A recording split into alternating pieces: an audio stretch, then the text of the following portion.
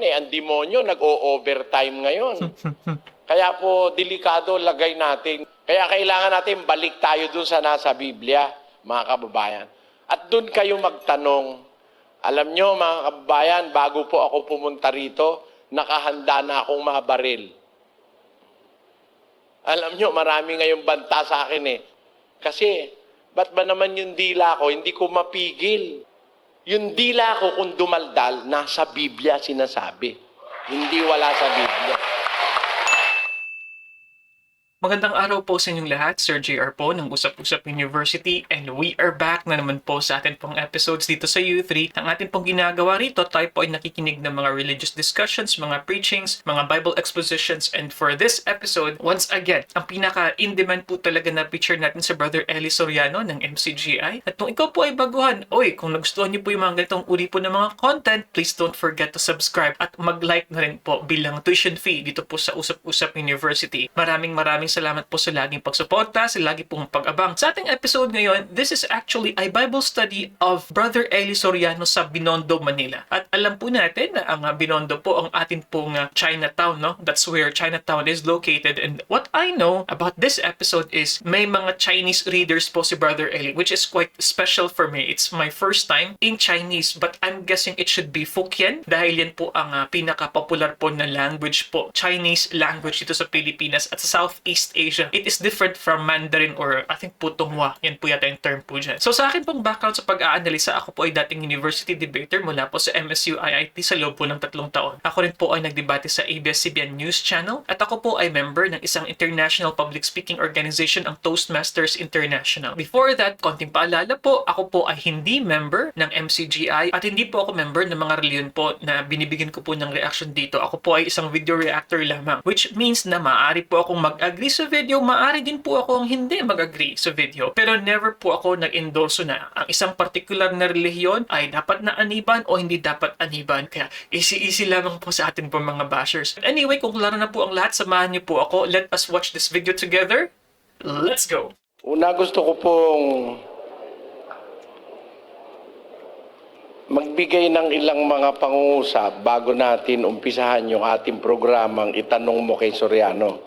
Oh, okay. Kung gusto nyo lang magtanong. Kasi po alam nyo, yung pagtatanong mga kapatid, batas ng Diyos yan eh. Yung pagtatanong. Meron kaming kawikaan sa Pilipino. Yung taong mapagtanong, daig ang marunong. Kasi kahit marunong ka, hindi naman lahat ng bagay alam mo na eh. Ganun po yan.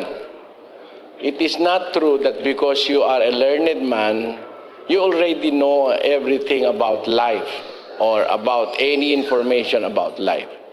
Hindi po totoo na pag ang isang tao, doktor, alam niya na lahat.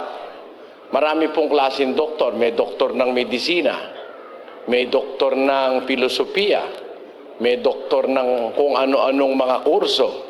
Pero hindi ang ibig sabihin, kung doktor ka, hindi ka na nangangailangan ng impormasyon mula sa iba. Kailangan ding magtanong. Utos po ng Diyos yan lalo na pagdating sa kautusan, pagdating po sa pananampalataya, utos yan ng Diyos magtanong.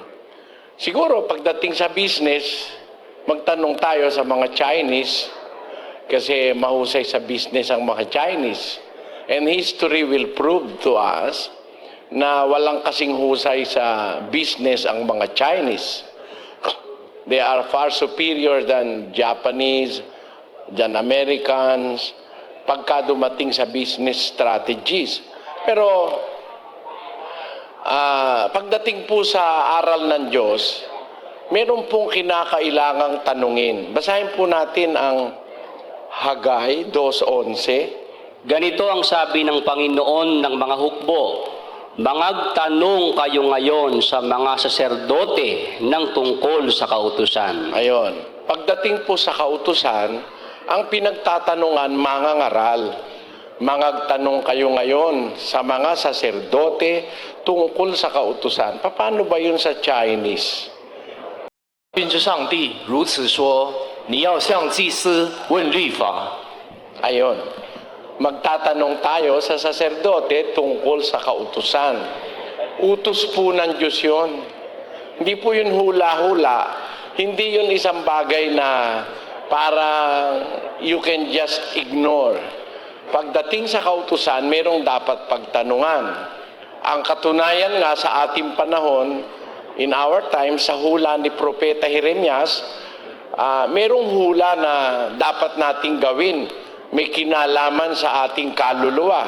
Pakinggan nyo sa Jeremiah chapter 6 verse 16. Ganito ang sabi ng Panginoon, magsitayo kayo sa mga daan at magsitingin kayo, at ipagtanong ninyo ang mga dating landas, kung saan nandoon ang mabuting daan, at magsilakad kayo roon, at kayo'y mga kakasumpong ng kapahingahan sa inyong mga kaluluwa. Ngunit kanilang sinabi, hindi kami magsisilakad doon. Meron talagang ayaw ng katwiran eh.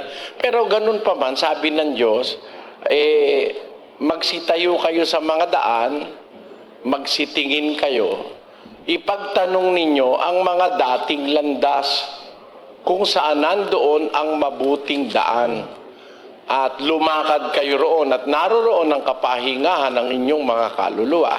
Sa Chinese ang pagkakasabi dyan, 上帝如此说：你们当在路上查看，访问古道，乃是善道，便行在其间，这样你们心里必得安息。他们却说：我们不行在其间。 yan.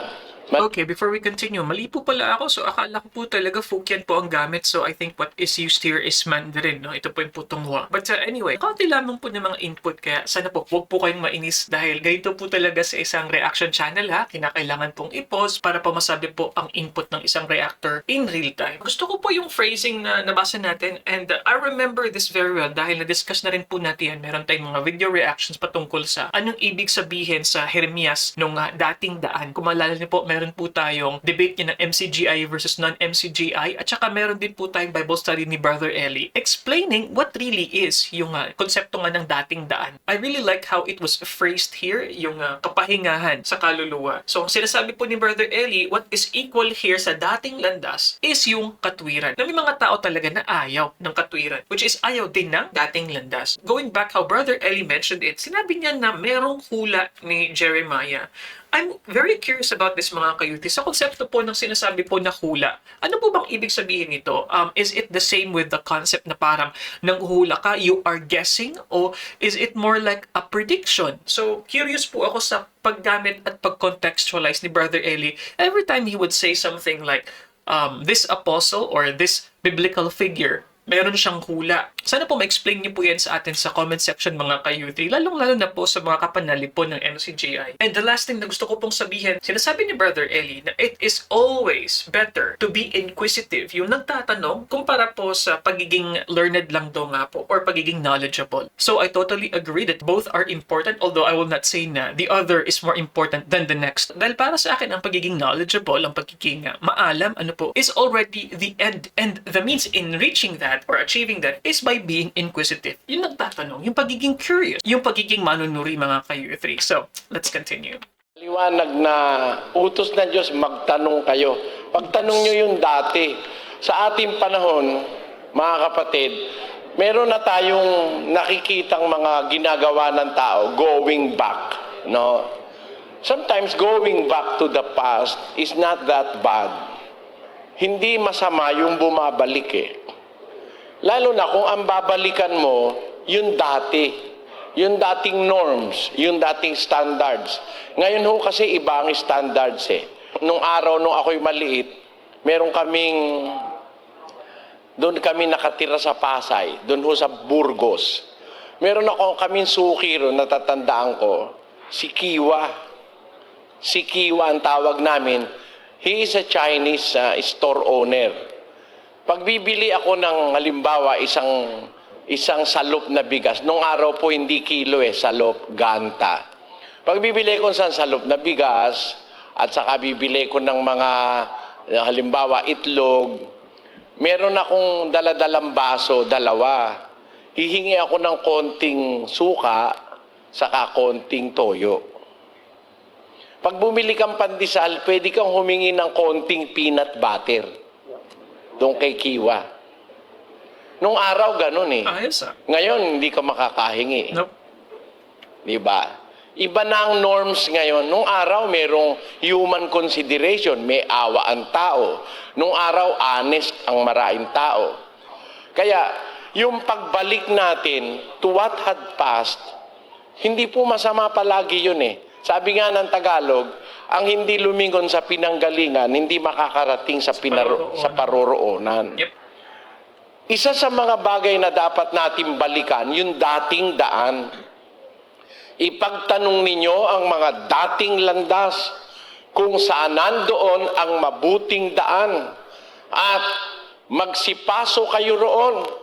Makakasumpong kayo ng kapahingahan ng inyong kaluluwa. You shall find rest for your souls. Kaya dati eh. Bakit dati? Kasi meron ngayong mga lumitaw bago. Alam nyo ang mga bago ngayon, mga kapatid? Lalo na pagdating sa relihiyon, kung anong bago. Sa 56:11 ng Isayas. Oo, ang mga aso ay matatakaw. Sila'y kailanman ay walang kabusugan. At ang mga ito ay mga pastor na hindi nakakaunawa. Sila'y nagsilikong lahat sa kanilang sariling daan. Tanyo, yung mga pastor na walang unawa sa Biblia, lumiko sila sa sarili nilang daan. Let us put that in English. Yea, they are greedy dogs, which can never have enough. And they are shepherds that cannot understand. They all look to their own way. Everyone for his gain from his quarter. Sa Chinese, ang sabi ron, 这些狗贪食，不知饱足。这些牧人不能明白，个人偏行己路，各从各方求自己的利益。 yan. Merong mga mangangaral o pastor o shepherds, hindi marunong mabusog. Walang kabusugan. Ang yaman-yaman na, hinihingin pa ng abuluyan yung mga squatter. Ang yaman niya na, kumukuha pa siya dun sa walang pera. Eh siya, marami na siya. Di niya na mauubos eh. Yan ang mga aso na nagsiliko sa kanilang sariling daan. So, bago yung kanilang tinuturo, hindi yung dati. Meron silang invented way. Yung kinakanta nung iba, God will make a way where there seems to be no way. It is not really God that makes that way. Sila, yung mga pastor, marami silang inimbento, yung mga pataas-taas ng kamay, yung mga pagganong-ganon, yung mga sayaw-sayaw, yung mga lundag-lundag, hallelujah, praise the Lord, amen, yung mga ganon. Yun, wala naman sa Biblia yun eh. Basahin nyo Biblia. Basahin nyo Biblia, wala yun. Yung tatalon ka, 3 talon, iinom ka ng isang itlog bawat talon. Wala sa Biblia po yun. Imbento na ng mga pastor yun. Yun po ang delikado ngayon. Dahil naggawa ng mga pastor ng sarili nilang daan. Yung sarili nilang turo. Hindi nasakop ng katwiran. 10:2-3 of the book of Romans, it says, and I will read, for I bear them record that they have a seal of God, but not according to knowledge. Why? For they being ignorant of God's righteousness and going about to establish their own righteousness, they have not submitted themselves unto the righteousness of God. Sa Tagalog, ang sabi ganito, Sapagkat sila'y pinatototohanan ko na may mga pagmamalasakit sa Diyos. Datapwat hindi ayon sa pagkakilala. bakit? Sapagkat sa hindi nila pagkaalam ng katwiran ng Diyos. Tanyo, sa hindi nila pagkaalam ng katwiran ng Diyos At sa pagsusumakit na maitayo ang sariling kanila. dalawa lang po ang dahilan yan. Because of their ignorance of God's righteousness and their zeal, yung kanilang endeavor na magtayo ng sarili nila. sa pagsusumakit maitayo ang sariling kanila, hindi sila ay hindi sila napasakop sa katwiran ng Diyos. yan. Kaya nga hindi sila napasakop dahil meron silang gustong itayo ang sarili nila at unang-una hindi nila alam yung katwiran ng Diyos Basahin natin sa Chinese. 我可以证明，他们向上帝有热心，但不是按着真知识，因为不知道上帝的意，想要立自己的意，就服服上帝的意了。 Yan. Meron silang sariling gustong itayo. So, hindi sila napasakop dun sa katwiran ng Diyos. Yun po ang delikado ngayon That is the menace to salvation. Yung pagtatayo ng mga pastor nun sarili, hindi yung dati. Hindi yung former things na hinihingi ng Diyos. Nagtayo na sila ngayon. Meron ng kanya-kanyang way by which salvation is formulated by these different shepherds or pastors. Kaya ngayon, magkakaiba. Nakita nyo ang confusion ngayon, mga kapatid. Marami nang masyado. Dumami na relihiyon. Magkakakontra, magkakaiba, magkakaaway. Dahil po sa na-mention po ni Brother Eli dito, pag-emphasize dito sa mga pastor or mga shepherds nga na naglipa na po ngayon, ang pagkakadescribe po ng Biblia is mga aso. I find it really fascinating. Dahil why of all animals, why dogs? And this is also a bit similar dahil malamang po sa mga Middle Eastern countries po at sa mga Arab po ng mga countries, most of these countries, they don't like dogs dahil bawal po. Dahil for some reason, it is hated. Maybe because of its characteristics, yung mga dogs. Kaya hindi po sila nag-aalaga in general ng mga aso po, and I believe for others they actually discourage having domestic dogs in their houses, mga ka-U3. So far po sa speech po ni Brother Eli, ito po pala ay parang prelude, intro bago yung programa nga po na itanong mo kay Soriano, the essence of asking. Why do we need to ask? Why is it important? And then of course that is taken into the context sa Pilipinas na kinakailangan nating magtanong dahil sa sobrang dami na nga ng confusing na mga religions, mga ka-U3. Pero as to the idea naman ng dating daan o dating landas, I think the Bible was very particular in a particular era, particular na panahon na kung saan dapat tayong bumalik. So I'm expecting that Brother Eli will be discussing what particular era is he talking about. Aling particular na panahon ng ating lipunan ang considered na dating daan at ano yung mga tradisyon ng dating daan na ito na kinakailangan nating aniban. So, let's continue.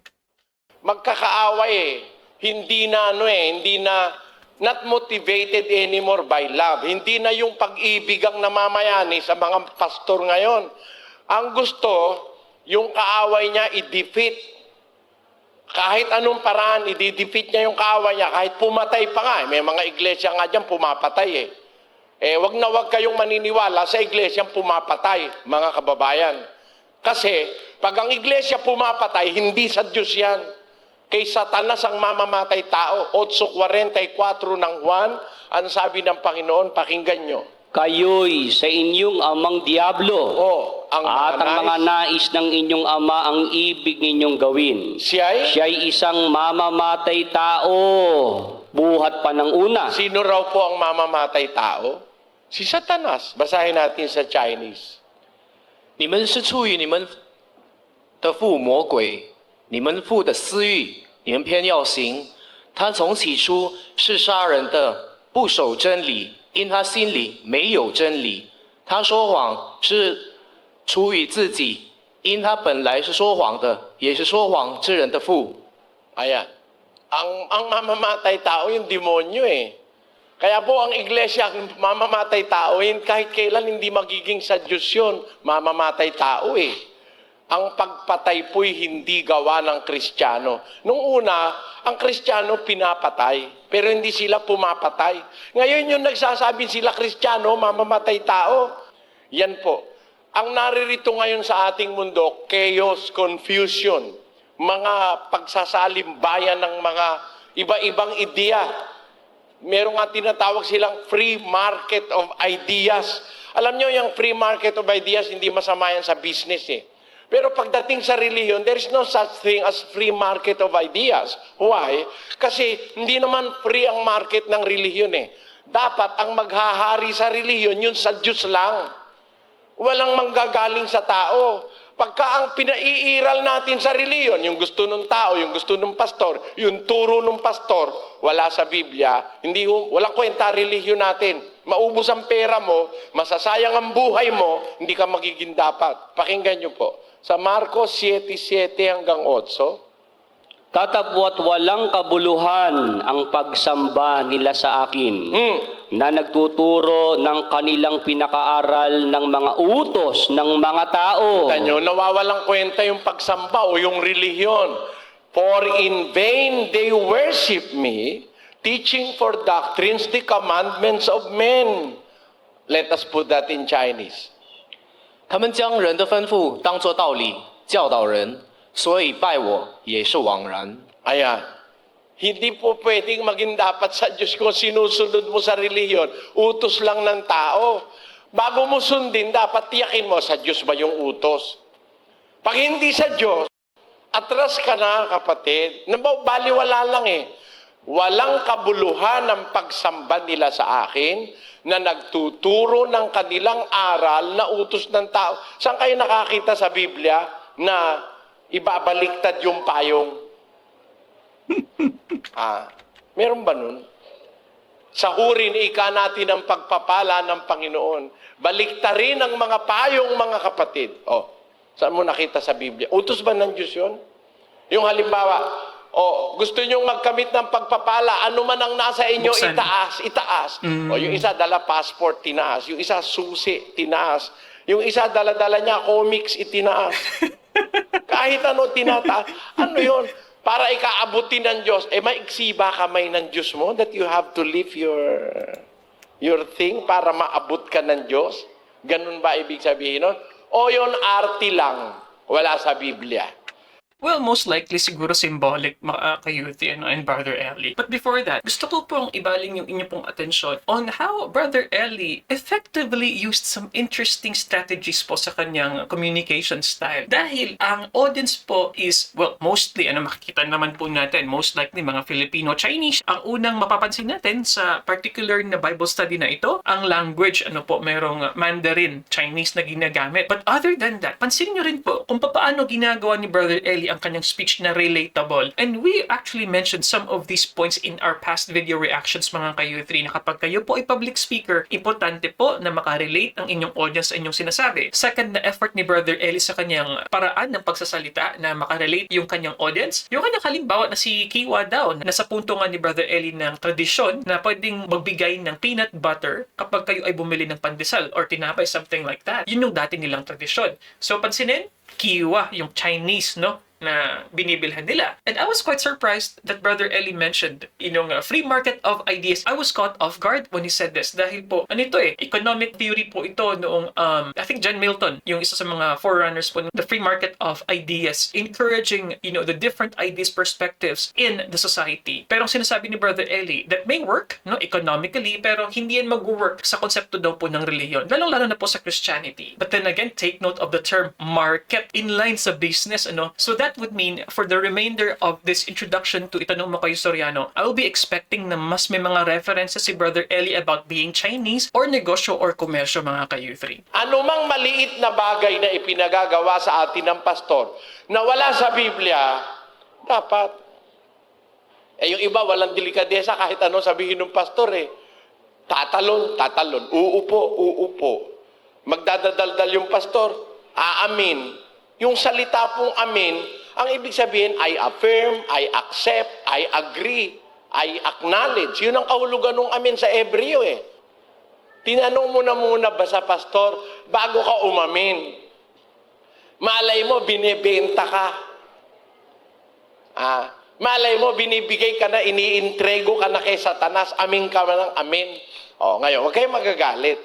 Nagbibigay lang po akong halimbawa na talagang merong mga tao na ililigaw dun sa gusto ng pastor. Hindi ho ganun ang pag-uusap sa reliyon. Alam nyo, sa business kayo mga Chinese, mahilig sa business, mahusay sa business. Di ba meron kayong panuntunan na sinusunod sa business? Pag hindi makakabayad, hindi papautangin. Tama ba yon, mga kapatid? Pag ang financial capacity hindi kayang magbayad, di mo papautangin.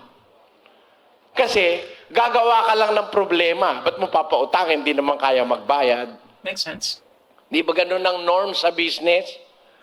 Pag hindi mo pa kilala, hindi mo pa pinauutang. Di ba ganun, no? O ngayon, bakit pagdating sa relihiyon, wala kang sinusunod? Basta't nagustuhan mo, gusto ko ika doon, masaya ron. Nagsasayaw kami ron. Meron akong kaibigan Chinese gumagawa ng pabalat ng lumpia sa San Fernando. Na-stroke siya, kalahati na lang yung ano niya eh. Matagal ko na siyang suki sa balat ng lumpia, 25 years na. Nung minsan pumunta ako sa kanya, sabi ko, Suki, bakit ganyan? Na-stroke ako eh, sabi niya. Pero mahal na mahal ako ni Mama Mary, hindi ako namatay, sabi niya. Kasi yung kalahati na lang, sabi ko, matagal ka na ba akong devotee ni Mama Mary? Oo, tagal na. Ba't ka ako pinayagang kanyang ma-stroke? Tagal mo na palang devotee. Ibig mo sabihin, nung ma-stroke ka, mahal ka pa rin ni Mama Mary? Sabi kong gano'n sa kanya, oo, huwag mong sisiraan si Mama Mary, di na kita papagbilan, sabi niya. Ano siya, matibay siya kay Mama Mary. Sa mukha ko nabasa yung tungkol sa pagpaniniwala kay Mama Mary. Why will you be a devotee to Mama Mary? Bakit? Basta siya ina ni Jesus, sabi niya. Kaya, deboto ko sa kanya. Bakit walang Kristiyano nung una nag-devotee kay Mama Mary? Ba't sila lahat kay Kristo sumusunod? Si Mama Mary nasa tabi. Ba't ngayon, unang-una sa'yo si Mama Mary? At ang masama, ginawa ng Diyos si Mama Mary ngayon. Diyos daw si Maria, makapangyarihan pa sa lahat. Ngayon, kayo lumagay sa lagay ko, alam mo yung Biblia. Are you going to speak or are you just going to keep quiet? Bayaan mo na. Total, paniwala niya si Mama Mary, makapangyarihan sa lahat na Diyos, okay na. Para wala akong kaaway, di na ako kikibo. Kayo ngayon humatol. Kung kayo nakakaalam nung alam ko, kikibo kayo o hindi? Sige, magkaisa tayo. Pag hindi kayo kikibo, sigawan niyo ko. Mali ka. Di pabayaan mo na lang. Pag pinabayaan mo ang bawat maling aral, ang tao mapupunta sa impyerno pag hindi ka kumibo. Kaya ang Diyos, sabi ng Diyos, kung mangangaral ka, 58:1 ng Isaias, pakinggan niyo. Humiyaw ka ng malakas, huwag kang magpigil. Ilakas mo ang iyong tinig na parang pakakak at iyong ipahayag sa aking bayan ang kanilang pagsalangsang at sa sangbahayan ni Jacob ang kanilang mga kasalanan. Okay, but before that, mga ka-youth, the thing is, first of all, in our culture, it is very, very difficult to do. Dahil nga po, una, liban pa sa emosyonal ang mga Pilipino, medyo sensitive din po tayo sa atin po mga pinaniniwalaan at mga reliyon nga. And on that context, so I wonder, paano yung ending nun nung suki ni Brother Eli if kung itutuloy ni Brother Eli ang kwento na kanyang nga pinakita yung kanyang pagpupuna doon sa Marian devotee, that would mean he will be cutting his business relationship with that person, mga ka-youth. Pero yun nga po, in general, dyan po nagiging controversial ang dalawa po na mga common po na topic, no? So number 1 dyan is relihiyon, number 2 is politika. So dyan po talaga posibleng mag-away-away ang mga tao. Pero yun nga po, ang sinasabi naman po dito sa Isaiah, ilakas mo ang iyong tinig na parang pakakak sa kanilang mga kasalanan. Ayan, paano po kaya yan? Yan nga sinasabi ni Brother Eli, kinakailangan natin mag-decide anong tamang gawin. Hahayaan o pag alam mo ang tama, kinakailangan mong sabihin openly sa taong yun. Pinapasigaw ng Diyos pag mali. Kasi yung kasalanan, pinapasigaw para wag madama yung iba eh. Sabi sa English, ganito, cry aloud, spare not, lift up thy voice like a trumpet, and show my people their transgressions, and the house of Jacob their sins. Sa Chinese, ang sabi, 你要大声喊叫，不可止息，扬起声来，好像吹角，向我百姓说明他们的过犯，向雅各家说明他们的罪恶。 ayan, pinapasigaw ng Diyos eh. Pag alam mo yan tama, sisigaw mo para may matuto. Para hindi lahat ng tao maloko. Pag lahat ng tao naniwala si Maria makapangyarihan sa lahat na Diyos, masama naman yun. Hindi naman tama yun, tinuturo na yun. Oh, yun. Ngayon, yan po example. Kaya kami merong ganitong endeavor, mga kababayan. Meron kaming ganitong reach out. Para baka, palagay mo, kung meron ngayon tayong Chinese visitors na 100, malay mo, merong isang naliwanagan, isa lang. Kahit isa lang. Sana lahat. Pero kahit isa lang may naliwanagan, di ba, makababuti yun, ano? Yung isang taong mapapahamak dahil mali ang paniniwala, naakay mo sa Diyos. 15:7 ng Lucas sa Chinese. 我告诉你们，一个罪人悔改，在天上也要这样为他欢喜，较比为99个不用悔改的义人欢喜更大。 Ayan, sa Tagalog, ang sabi. Sinasabi ko sa inyo na gayon din magkakatuwa sa langit dahil sa isang makasalanang nagsisisi kaysa 99 na taong matutuwid na di nangangailangang magsipagsisi. Tanyo, isa lang pag nagsisi, nagbalik loob sa Diyos, natutuwa sa langit. Alam nyo, malaking bagay yung matutuwa langit. Pag nagagalit ang langit, lumilindol eh. Pag nagalit sa langit, nagtsunami. Naniwala kayo ron? Pag lumilindol, galit sa langit. Kala nyo, nararamdaman natin yung galit ng langit eh. Basahin natin ang Job 9, versikulo 5 hanggang 6. Na siyang naglilipat ng mga bundok at hindi nila nalalaman. Pagka nililiglig niya sa kanyang pagkagalit, na siyang umuuga ng lupa sa kanyang kinaroroonan at ang mga haligi nito ay nangayayanig. Sa Chinese, 他发怒，把山翻倒挪移，山并不知觉。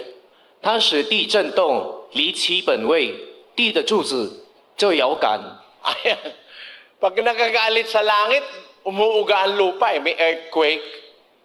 Tanyo? Pati nga yung tsunami, galit ng Diyos yun eh. Basahin po natin ang Amos. Basa. 9:6 Siya na gumawa ng kaniyang mga silid sa langit at kumatha ng kaniyang balantok sa lupa. Siya na tumatawag ng tubig sa dagat at ibinubugso sa ibabaw ng lupa, Panginoon ng kaniyang pangalan. Sa Chinese, 那在天上建造楼阁，在地上安定公仓，命令水浇在地上的上帝是他的名。 ayan. Yung tubig, binubugso niya sa lupa. Yung Panginoon ang gumagawa. Di ba yun yung tsunami? Galit po ng Diyos yun eh. Kaya, pagka natuwa sa langit, malaking bagay yun, mga kapatid. Biro mo matuwa sa langit, isang tao lang na nagbabalik loob sa Diyos, umaalis sa mali, natutuwa sa langit, sabi po ng Biblia. Huwag kayo magagalit sa akin, sinasabi ko lang totoo. Nagagalit sa langit, pagka ang ginagawa natin mali. Pero pagka tayo nakilala natin yung totoo, pumunta tayo sa totoo, natutuwa sa langit, kahit isa lang. Kaya ako kami, para kaming nung araw, 6 na buwan akong nagsasalita sa isang lugar, wala pang radyo, television kaming programa nun. 6 na buwan. Minsan, merong mahihikayat kami na maniwala sa Biblia. Mahikayat namin, 6 na buwan, isa-isang buwan, sabi ko. Ang hirap namang maniwala ng tao. Binabasa mo na. Pero pag mag-aarti ka, yung mag-iimbento ka ng mga kung ano-anong panghikayat, mas madali kasing hikayatin ng tao sa masama eh. Ewan ko sa inyo, kung paniwala kayo sa akin, pag masama, mas madaling ikayat sa tao, sugal, bisyo, drugs. Tanyo ngayon ang drugs, mabiling mabili. Dito, mabili drugs dito sa lugar na to. Okay, before that mga ka-U3, well, that is really true. I totally agree with Brother Ellie. That is because most people prefer the satisfaction that they could get through their senses. Ano po, yung immediate satisfaction. That's why people would drink, people would smoke, na-high sila, nagbibigyan sila ng added energy, na-stimulate sila. And I may add to what Brother Ellie is saying, yung sa mga imbeto nga, isa sa mga pinakamadaling technique niyan ng paghihikayat ng pastor is ang faith healing. Na kapag pinakita mo mayroon kang kakayahan na magpagaling, di ba? Talagang bibilib at bibilib yung mga tao, nakikita na, ay, blessed ako sa pastor na ito, kaya ganun. May mga iba pa mga panghikayat, syempre, katulad na lang ng mahusay, syempre, na public speaking skill, isa din po yan. Alam niyo kung bakit? Yung masama, para masira ang tao, motivated ng demonyo yan eh. Ang demonyo nag-o-overtime ngayon. Kaya po, delikado lagay natin. Kaya kailangan natin balik tayo dun sa nasa Biblia, mga kababayan. At dun kayo magtanong. Alam nyo, mga kababayan, bago po ako pumunta rito, nakahanda na akong mabaril. Alam nyo, marami ngayong banta sa akin eh. Kasi, ba't ba naman yung dila ko, hindi ko mapigil. Oo, ganun naramdaman ko. Pag totoo yun sasabihin ko, kahit magalit ka, hindi ko siya mapigil. Automatic siya, dumadaldal eh. Hindi ko maintindihan yun. Pero isa lang ang ginagaranti ako. Yung dila ko kung dumaldal, nasa Biblia sinasabi. Hindi wala sa Biblia. Yun ang ginagarantiyahan ko sa inyo. Kahit anong sasabihin ko, siyasatin nyo sa akin. Kung gusto nyo ngayon, magkasubukan tayo. Tanungin nyo ako. Kaya nga ating programa, itanong mo kay Soriano. Dumadaldal yung dila ko kasi. Nasa Biblia naman eh. Bawat sabihin ko, sitas eh. Parang automatic, lumalabas doon, lalabas sa dila, pero nasa Biblia.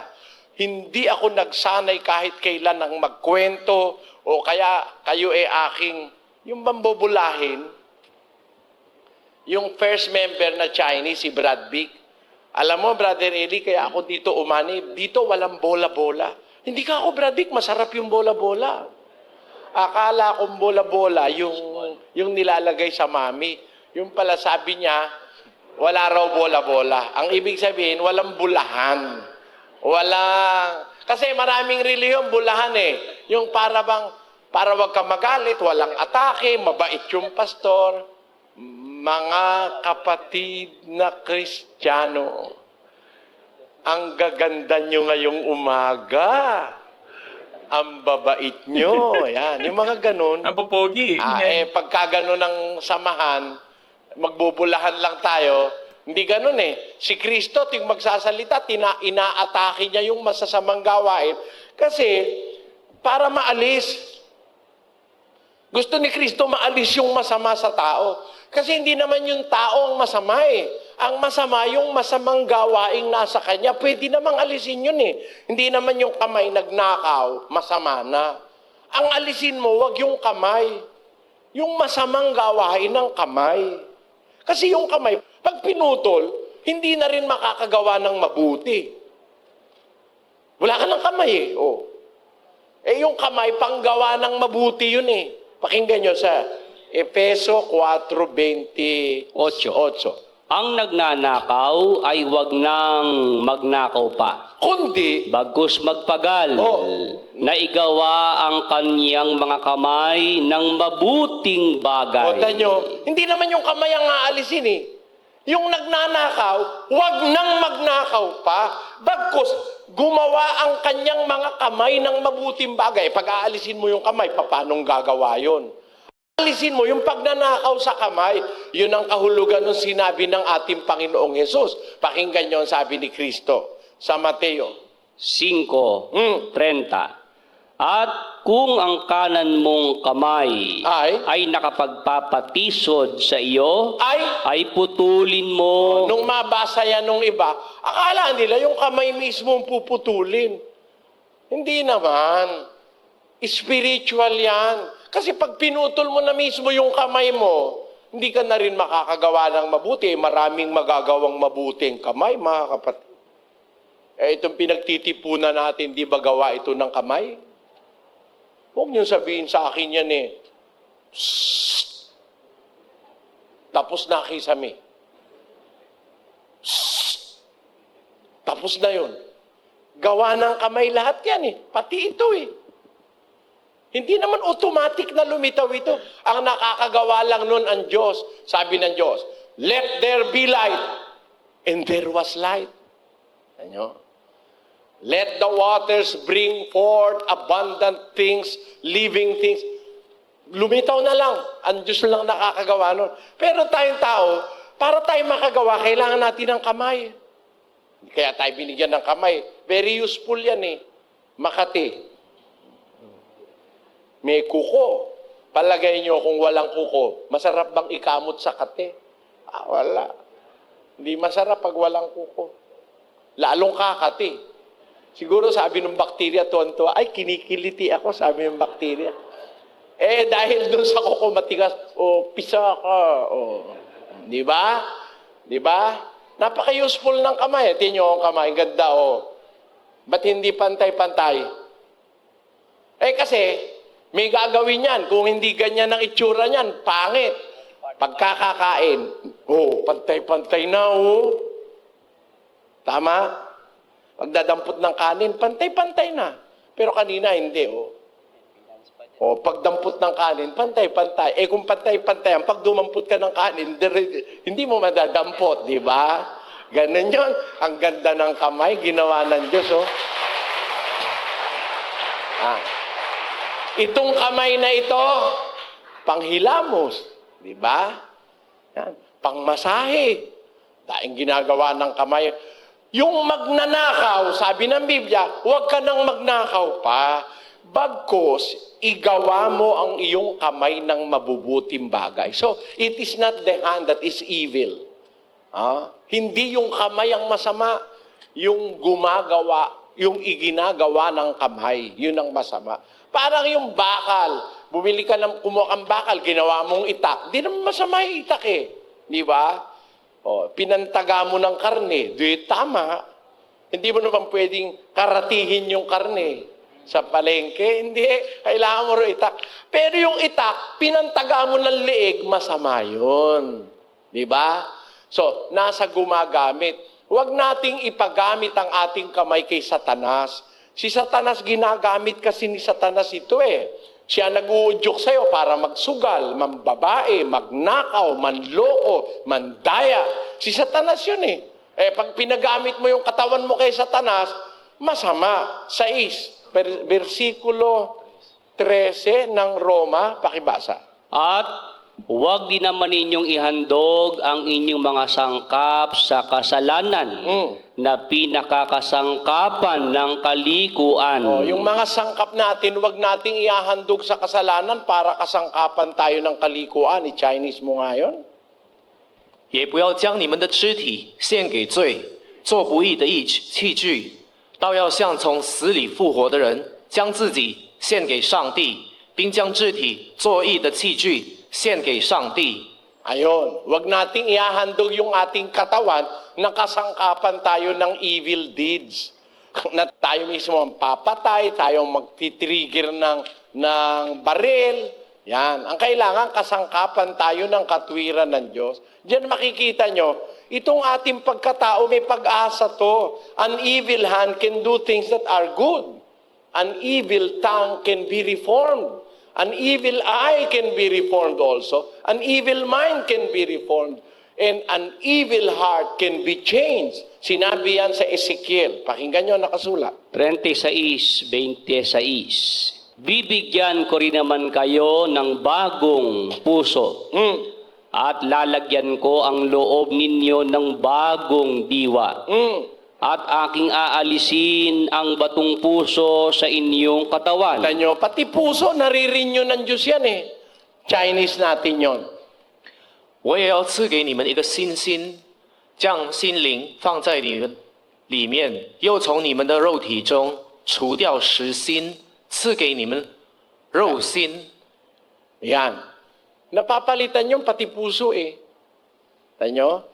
Pwedeng bumuti ang tao. There is a hope in every one of us. Aalisin mo lang yung evil na nasa iyo eh. Yan po. At yan ang aming intensyon mga kapatid, kaya kami nakarating dito. Unang-una, wala po kaming intensyon dito na mambola o kaya manloko. Wala. Saka hindi naman namin kayo pipilitin. Gusto ko lang mabuksan mga kababayan, mga Chinese, dito sa Chinese community rito, na magbalik tayo dun sa Bible. The Bible contains the Word of God. It is the way by which we can communicate with God. Kung meron tayong tanong, meron tayong problema, there is vacuum inside us. There are problems that we cannot solve personally. Or you have something that is lacking in your life. Nasa Biblia po yun. At handa po ako sa tulong ng Diyos, sagutin ang lahat ng inyong mga tanong.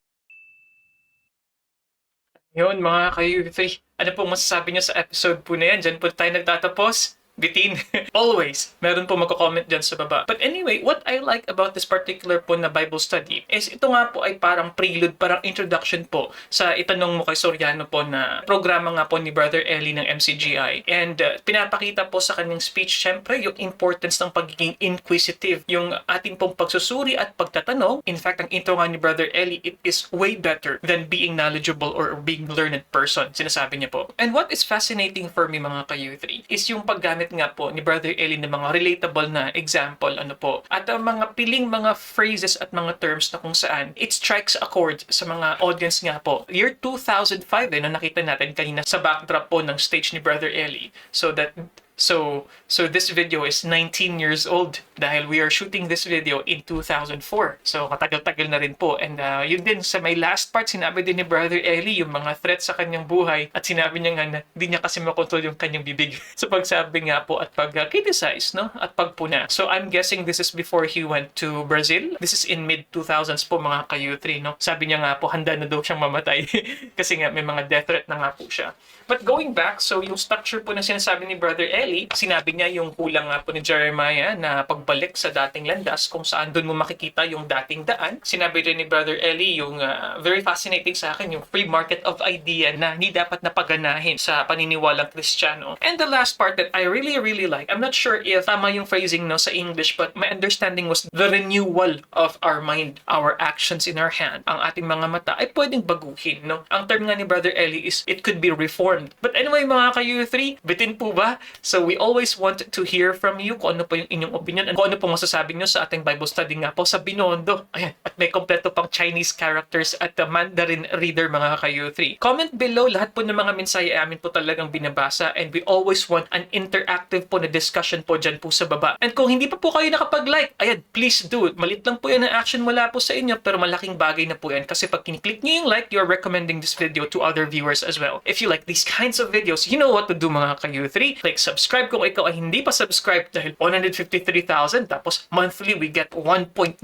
million views. Konting-konti pa rin po na percentage yung mga nag-subscribe. So click mo na yan, libre po yan. We can also watch this video here and you can also watch this playlist over here. And I'll see you guys next time. Peace. Bye-bye.